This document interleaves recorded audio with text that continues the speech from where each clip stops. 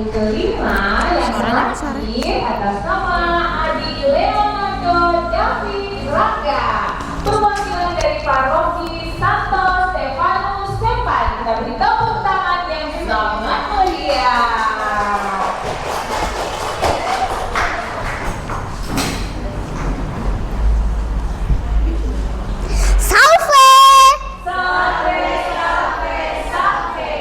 Romo, Bapak, Ibu, Dewan Juri, dan teman-teman sekalian. Perkenalkan, nama saya Leonardo David Rangga dari Paroki Santo Stefanus Sempan. Hari ini saya akan bertutur kitab suci yang diambil dari Daniel 6 ayat 1 sampai 29. Ini dia ceritanya. Kisah ini berawal ketika Darius orang Media menjadi raja. Ia memiliki kerajaan yang sangatlah luas. Maka ia mengangkat 120 orang untuk menjadi wakil-wakil raja. Ternyata raja tetap kelelahan untuk mengatur mereka semua.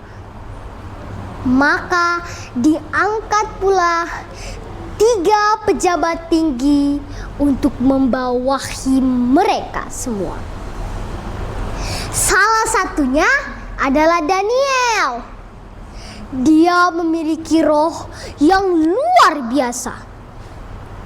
Ia jujur, cerdas, dan setia kepada Allahnya.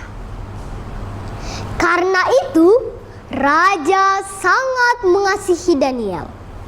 Bahkan bermaksud untuk menempatkannya di atas seluruh kerajaan. Tapi karena raja sangat mengasihi Daniel, timbullah rasa iri hati dari para pejabat tinggi lainnya.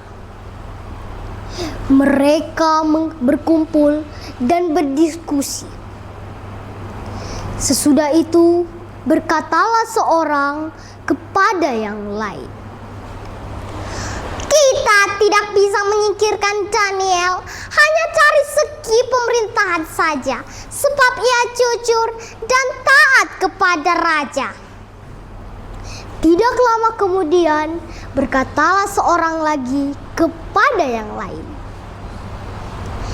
"Aku menemukan cara bagaimana kita menjatuhkannya hanya dari segi peribadahnya kepada Allahnya itu." Maka bergegaslah mereka menghadap raja dan berkata, "Ya Raja Darius, kekalah hidup tuanku. Kami seluruh pejabat tinggi telah bermufakat agar kiranya tuanku raja mengeluarkan suatu larangan dan penetapan, agar barang siapa selama 30 hari ini yang berdoa kepada salah satu dewa maupun manusia selain kepada tuanku raja akan dilemparkan ke dalam gua singa. Dan buatlah penetapan ini agar tidak bisa diubah menurut undang-undang orang Media dan Persia yang tidak dapat diubah kembali." Maka raja pun menyetujui hal itu. Nah, raja kan belum tahu rencana busuk mereka bagaimana, iya kan? Iya. Lalu, agar terdengar di telinga Daniel, bergegaslah mereka ke rumahnya. Di kamar atas Daniel ada tingkap-tingkap yang terbuka menghadap Yerusalem. 3 kali sehari ia berlutut berdoa menyembah Allahnya. Daniel saat berdoa, ia tidak mengetahui bahwa para pejabat-pejabat telah melihatnya. Sesudah itu, bergegaslah para pejabat-pejabat itu menghadap raja dengan berpura-pura bertanya, "Ya, tuanku raja, bukankah tuanku telah mengeluarkan penetapan agar barang siapa selama 30 hari ini yang berdoa kepada salah satu dewa maupun manusia selain kepada tuanku ya raja, maka ia akan dilemparkan ke dalam gua singa?" Jawab raja, "Perkara ini telah pasti menurut undang-undang orang Media dan Persia yang tidak dapat diubah kembali." Sesudah itu, mereka melaporkan kepada raja, "Daniel, salah seorang buangan dari Yehuda, tidak mengindahkan tuanku raja dan tidak mengindahkan peraturan yang telah tuanku lakukan." Maka sedihlah hati raja. Ia memikirkan cara untuk membebaskan Daniel dari hukuman itu, bahkan sampai matahari terbenam.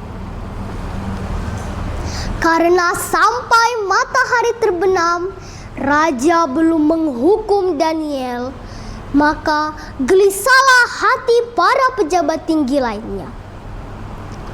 Lalu mereka pun menghadap raja dan berkata, "Ketahuilah ya raja, bahwa surat perintah yang telah tuanku keluarkan tidak dapat diubah kembali." Dengan berat hati, raja pun menyuruh para prajuritnya untuk mengambil Daniel dan melemparkannya ke dalam gua singa. Lalu berkatalah raja kepada Daniel, "Daniel, kiranya Allah yang kau sembah dengan tekun itu menyelamatkan engkau." Lalu dibawalah sebuah batu yang sangat besar dan diletakkan pada mulut gua itu. Raja pun memateraikannya dengan cincinnya dan cincin pembesar-pembesarnya. Sesudah itu, kembalilah raja ke istana.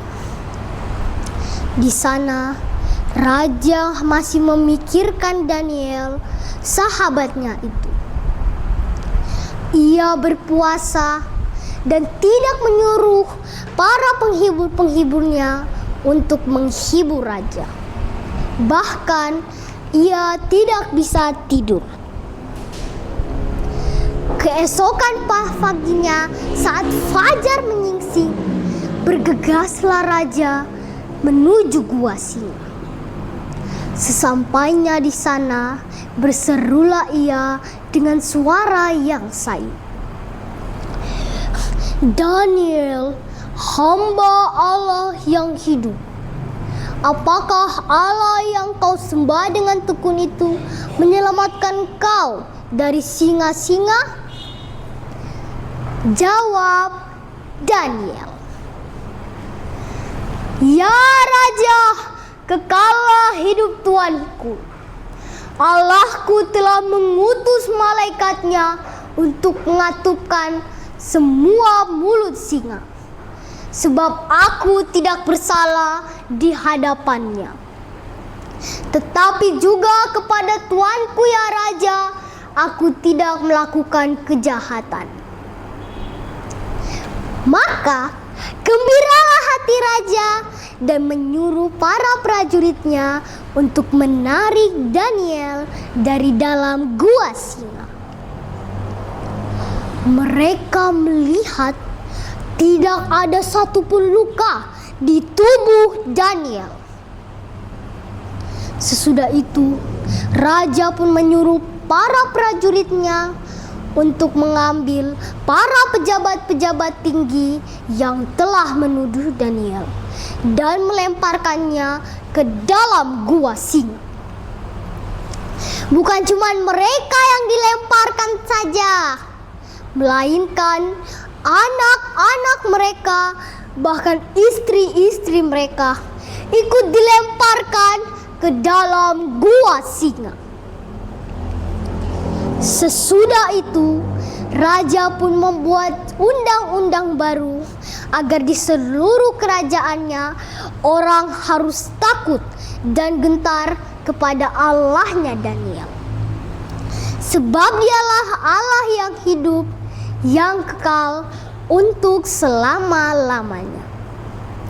Dan Daniel ini memiliki kedudukan tinggi pada zaman pemerintahan Raja Darius orang Media dan Kores orang Persia itu. Nah, dari cerita ini kita dapat mengambil pesan untuk kita terapkan di kehidupan kita sehari-hari. Ingat, jangan iri hati terhadap orang lain, karena iri hati dapat membawa malapetaka untuk diri kita sendiri, bahkan melibatkan orang-orang yang kita cintai. Satu lagi, jangan pernah menyerah, jangan berputus asa. Mujizat Tuhan ada saat hati menyembah. Terima kasih. Salve. Salve, salve, salve.